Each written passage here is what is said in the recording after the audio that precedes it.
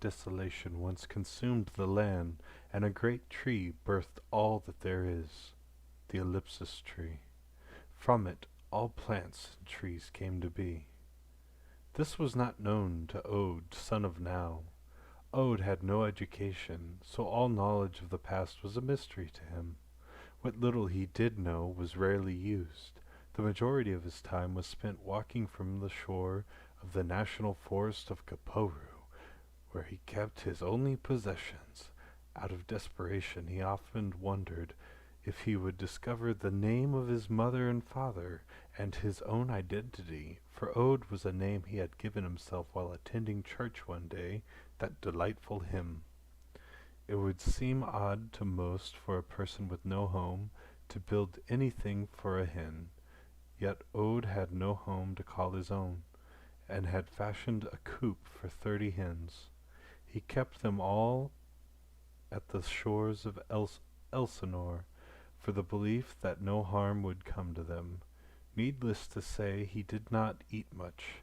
He sold the eggs for canned foods he planted in his garden within the Kaporu National Forest along the banks of the Tittlemore River. And even more, he had no crops to feed his hens and one rooster, so Ode would go and sell his A-positive blood and exchange the reward for chicken feed in the town that was over 2 days' hike away. Ode was a sad man, no family, no records of existence, not even a birth certificate. His mother had received from a donor and died at his birth in Kaporu National Forest on Tittlemore Mountain, a place to the north, and in solitude. And in solitude Ode for the most part lived. No one knows how Ode survived to his 5th birthday. The soothsayers claimed it was a silver earthworm that had fed him, but no one ever believed that. The ordained priests of the time said it was only a miracle to their gods, because none of the goddesses favored children. Ode had no friends, only his 30 hens and one rooster, to which they never showed their respect. The occasional peck at his leg left him bleeding, and eventually leave his legs scabbed and dark red. Ode had only a silk robe, so rare for such a find, but it was his mother's. The water seethed over the sand and formed bubbles, and the scraping sound filled the air. Ode sat alone, facing away from the hens. Oh, how I love this sea! Its emerald might glistens in the noon sun. You bring comfort from the dangers of the forest where the fox dwells. May you last 100,000 billion millennia, or will you be undone by the folly of the beach? Said Ode to the sea. An eagle soared over the hens, and they began to return to the protection of their coop. Except for one, its name was Din.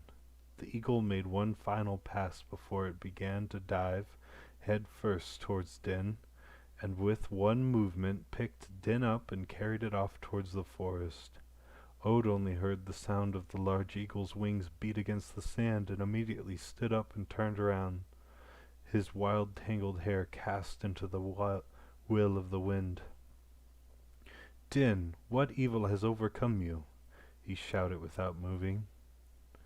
As the eagle and Din vanished into the sky and horizon, the sun glistened off Ode's exposed bronze skin. Ode's frail body was clung tightly by the silk robe in the winds coming from the ocean. Ode fainted. As he lay unconscious, a fox came into sight of the chicken coop and cockyard. It smelled the air and caught on to the scent of the 30 hens and one rooster.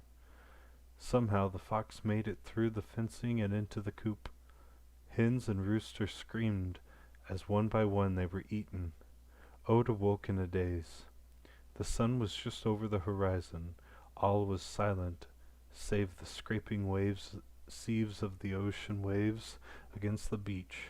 No sign of the 30 hens or one rooster. So Ode immediately began to look into the coop. Nothing He looked in the cockyard and found a very fat fox. Anger grew throughout Ode's body in blood and spirit.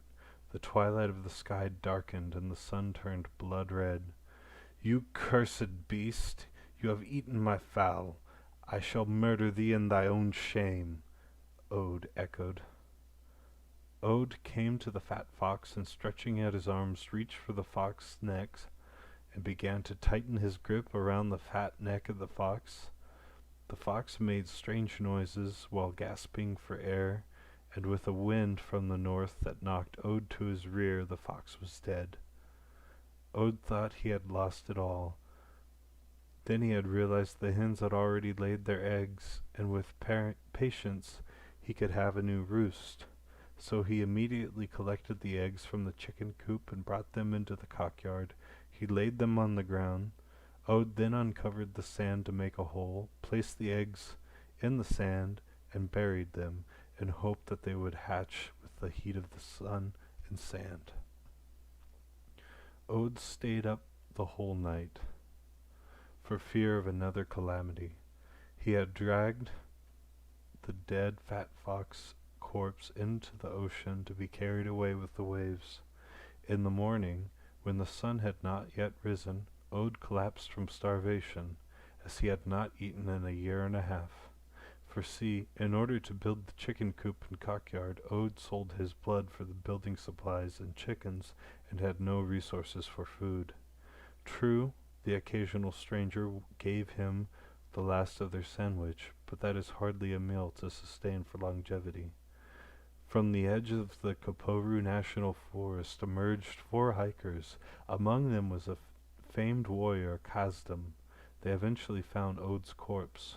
"What do you think his name is?" asked the youngest male. "Look at his robe, it's silk," mentioned the eldest male. In irony, Kazdam said, "He shall be known as Rags." Out of fear of bad luck, they did not bury Rags, and instead left him in the cockyard. Many months later, the chicken eggs hatched and also died of starvation only after having eaten Rags' body. Yet along the Tittlemore River, where Ode had planted canned corn, beets, pineapple, and beans, sprouts were above their plotted locations.